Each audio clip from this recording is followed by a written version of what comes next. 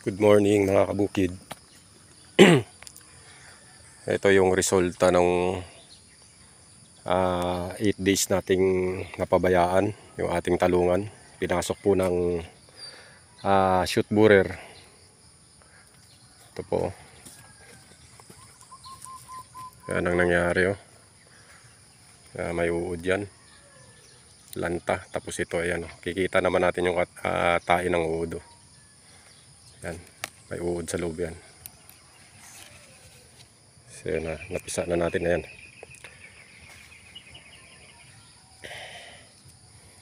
Yan, nasa loob. Yan yung nangyari nung nagkasakit tayo.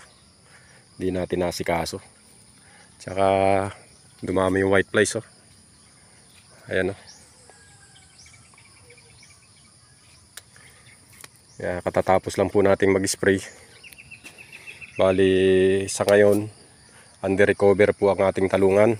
Gagawin ko po rito ay araw-araw ang pag-spray para recover uli at bumalik sa dati. Ang daming shoot borer. Ayan talagang natake ng borer. Puro uod na talaga.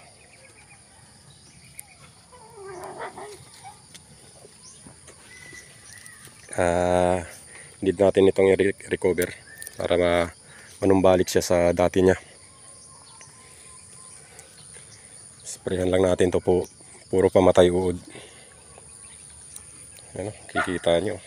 Grabe. Grabing atake. Ayan siya.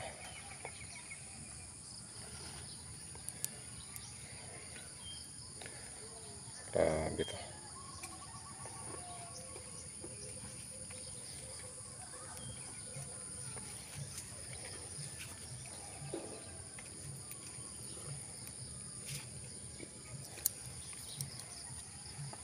Ayan ang nangyayari kapag hindi natin na-spray ng para pang-uod. Ang dadami talaga. Papasukan ng uod. Dami lanta talaga.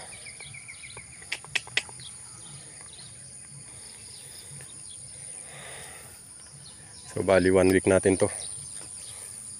I-maintain natin para bumalik sa dati.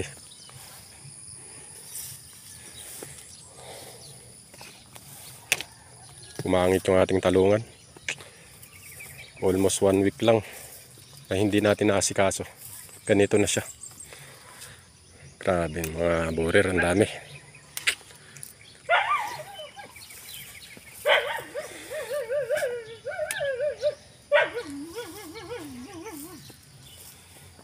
Borer, trips, white flies. Wow. Dami.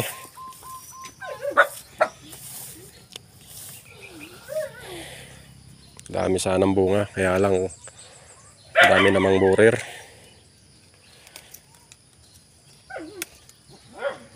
Ito.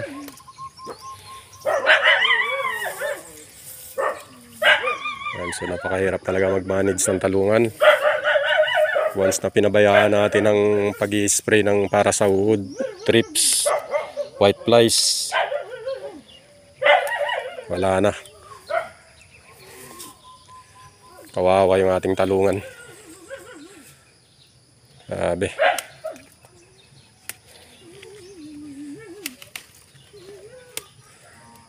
Ubus yung mga talbos.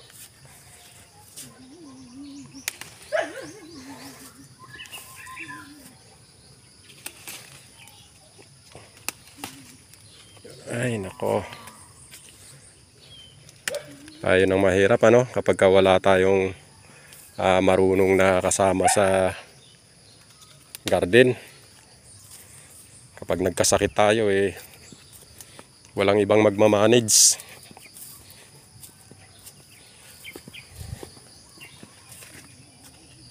Kasama tayo, dapat marunong rin sa paggugulay. Ang sa ganun pangalagaan ating tanim. So hanggang dyan lang mga kabukid, ano? Magandang umaga. Happy farming po. God bless. Bye bye.